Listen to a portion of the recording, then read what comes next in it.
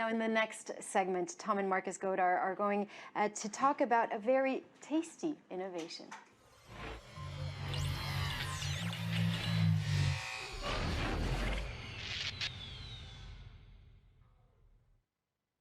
So let's fast forward to the present day, and we're going to head to Tokyo to find out more about Homei Miyashita, who is an associate professor at Meiji University in Tokyo, who is disrupting the art of eating itself. His innovation is called the Norimaki synthesizer and allows you to experience a flavor without actually eating anything.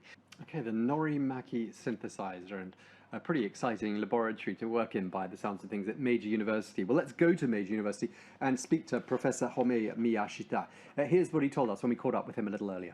First of all, Professor, tell us, how does the Norimaki synthesizer work? Does it trick the tongue and the brain into thinking that it's tasted something that it hasn't actually tasted? Well, the proposed system does not deceive the tongue or brain. It actually does change the taste perceived by the individual. It uses the principle that when the tongue made into an anode, it is hard for cations to adhere to it. So by applying electricity to a gel containing dissolved electrolytes, we simply change the concentration of ions that adhere to the tongue. And because the concentration of electrolytes corresponding to the 5 basic tastes can be controlled individually, we can create any flavor. And of course, we all know Norimaki is a type of sushi roll. So why did you choose this name? This is because when the 5 gels are bundled together, they resemble the shape of Japanese sushi, rolled sushi. And of course, the taste of sushi can be reproduced. And the flavor of sushi rice is a good blend of salty, sour, sweet, and umami flavors. So can it simulate any flavor? Could you give us a couple of examples? Some soy sauce from different manufacturers can be distinguished.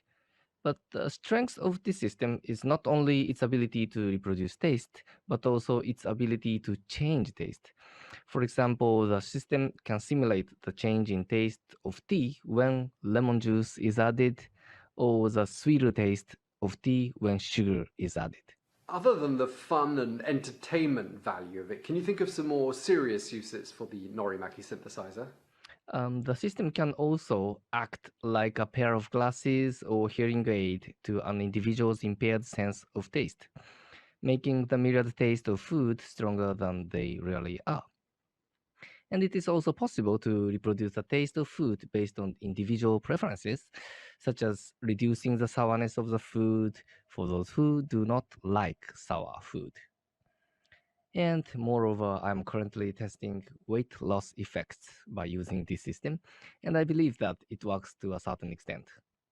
Of course, taste and smell are very evocative. Do you see a day perhaps when dinner parties could be recreated with the audio, the video, and also the taste, for example, of what people actually ate at those dinner parties? Yes, I believe that when combined with a sense of smell, taste can be better reproduced as a food experience. In fact, there has been considerable research on olfactory presentation technology, and we too are actively pursuing research in this field. In the future, we hope to develop a system that offers a combined sense of smell and taste. Do you think we'll one day be able to just lick a sensor on our mobile phones and be able to experience a flavor? Yeah. There are already taste sensors in the market. Hence, if we miniaturize these sensors and place them on a smartphone, the taste of every dish can be shared on SNS, just as many pictures of food are shared on Instagram. And I also believe that the system that combines taste sensor and taste display can become a tool not only for reproducing existing flavors, but also for creating new ones. Professor Homei Miyashita, thank you very much indeed. It was a very enjoyable interview.